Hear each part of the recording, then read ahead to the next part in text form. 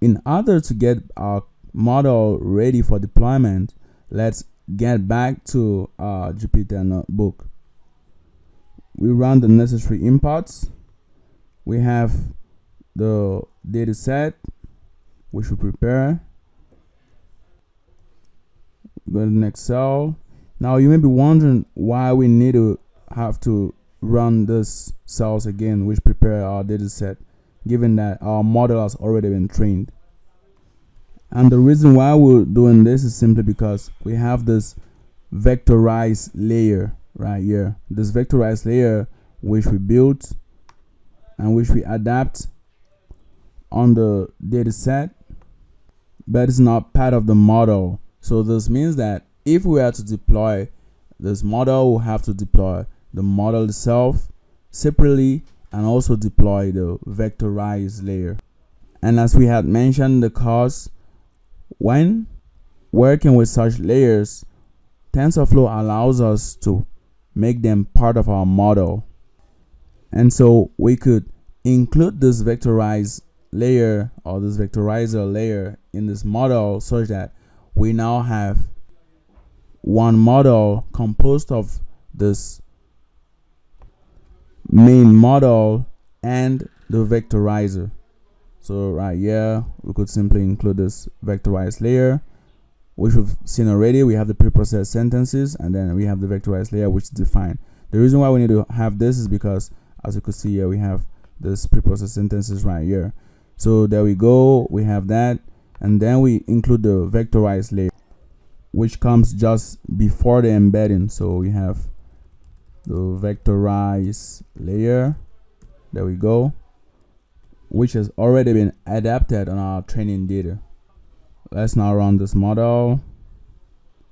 We get this error which comes up because, as we could see here, this inputs that we get here, that's supposing we didn't have this vectorized layer in here, this inputs which we'll be getting would be some vectorized inputs, and obviously there will be floats. So we would have this input of type float, and then the float gets into the embedding and down throughout the whole network. But now we're including this vectorized layer which actually takes in a string and then outputs the floats.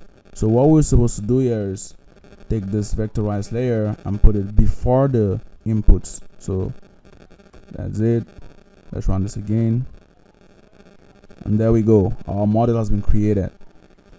Also, as you may have noticed, we need to modify our inputs, and that's simply because what we're passing in now is no more the vectorized inputs but the raw inputs themselves, which are actually strings. So instead of passing in the floats as before, now we're passing in strings directly since the vectorized layer is in here.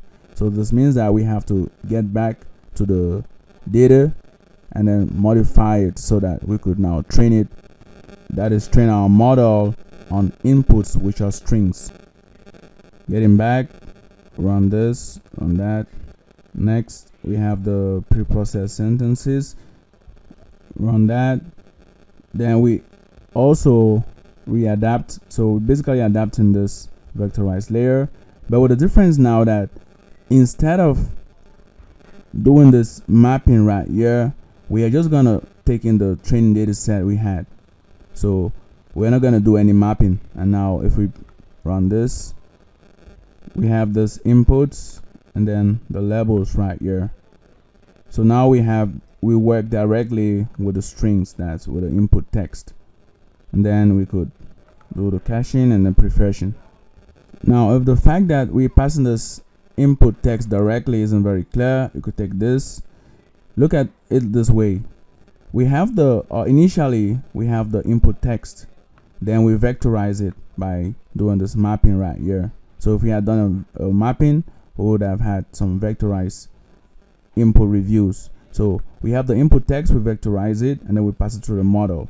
But now the difference is that this vectorized layer right here is part of the model. And so all we need to do is just pass in the input text directly, since in this model, let's call it model with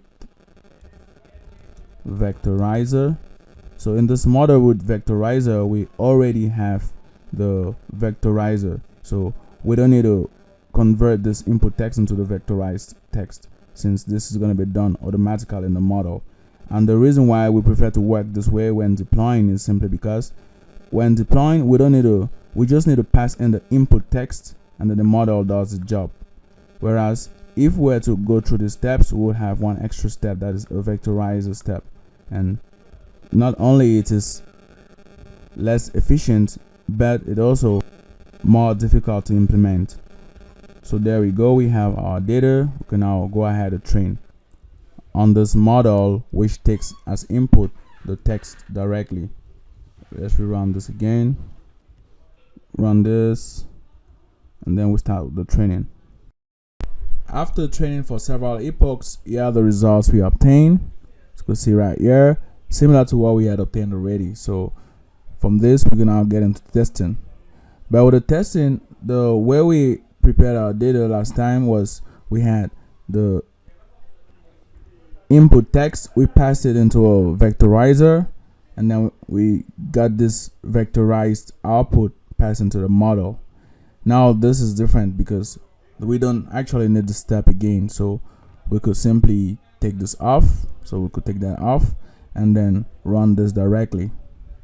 We get this error because we have data set, take this off. So here we have test data, this is passed, and there we go, we get the output. For this first sentence, this is a bad movie, I really didn't love it. See, we have 0 or practically 0. Then this next, I really love the movie, it reminds me of my past. Here's a 1. This one is, this movie started quite well but became boring. We have practically 0. Notice how we've put in this HTML text, but the model still works well, and this is because the vectorized layer, which contains the pre-processed sentences, has been incorporated into the model. After training, validating, and testing our model, we could go ahead to save it. And here we're not only saving the model weights, but we're saving the whole model, including the weights. So we'll run this. Yeah, the results we obtained, we have this assets folder, the variables, and then the saved model.